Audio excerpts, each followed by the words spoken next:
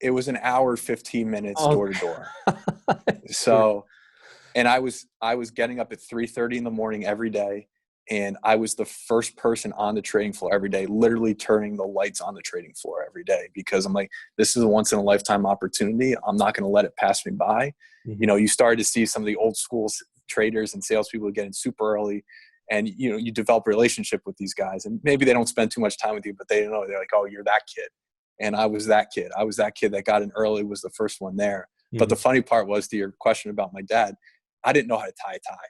And so Yeah. every day when I got home from work, my dad, like, I would go to bed as quickly as I could, because I was obviously waking up super early. Yeah. I would always leave a tie on my dad's or my parents' bedroom door handle.